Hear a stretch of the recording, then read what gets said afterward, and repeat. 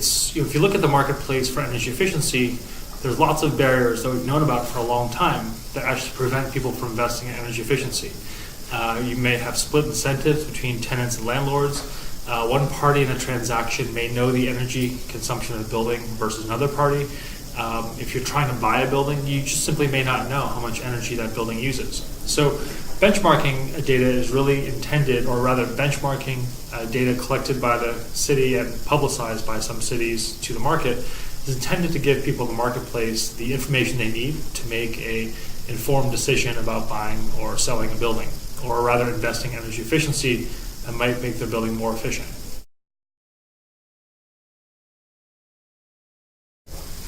Okay, so benchmarking data is required.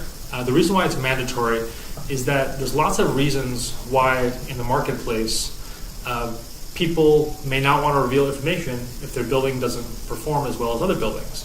But when you think about it, in order to have a functioning marketplace for energy efficient buildings, you need to be able to distinguish the good buildings from the bad buildings. You want to be able to provide this information to the entire marketplace so people can distinguish the buildings that need more investment versus the buildings that are already operating efficiently.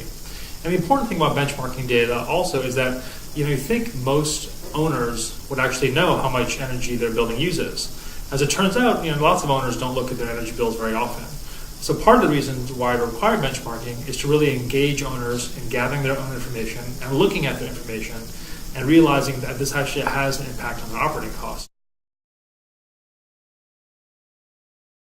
First, you want to provide the information to the marketplace. You want to make sure that people can basically know which buildings need additional investment to make them more efficient.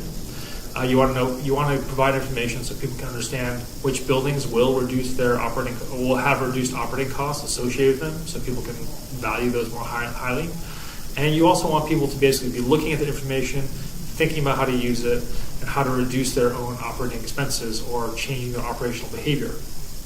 Finally, in comparison to energy modeling, and benchmarking data is actually a really terrific data source because it captures the actual energy use or metered energy use of a building.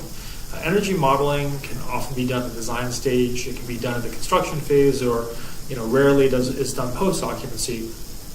The issue is that lots of energy models at the stage where they're done don't actually reflect the actual occupied energy use of the building.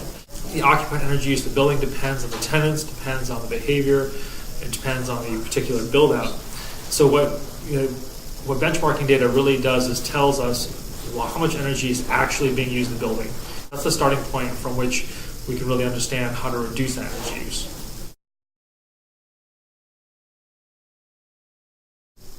From my perspective, benchmarking has been a real catalyst for energy efficiency interest among the building owner community.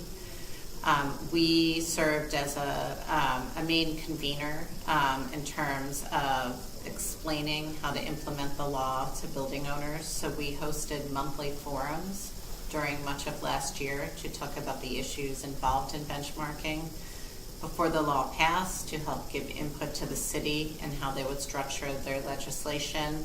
And then once the law passed, we helped to outreach and convene building owners impacted by the law and teach them how to comply with the law, as well as provide them strategies and ideas based on the hub's approach to making their buildings more efficient. So here in Philadelphia, as well as in other cities around the country that have benchmarking policies, there was some initial confusion about the goals and the purpose of these programs, and some anxiety among building owners about whether they were going to be compared to buildings that were not like theirs, that were much newer or different type.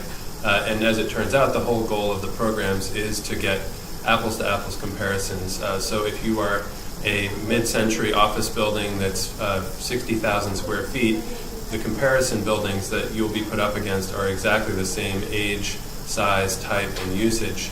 So when you get those scores back from the program, it really gives you a better sense of how you stand in the marketplace instead of just how you perform against your performance from previous years. And that's the kind of valuable information that really does help building owners to make good management decisions when they're considering retrofit and operational changes.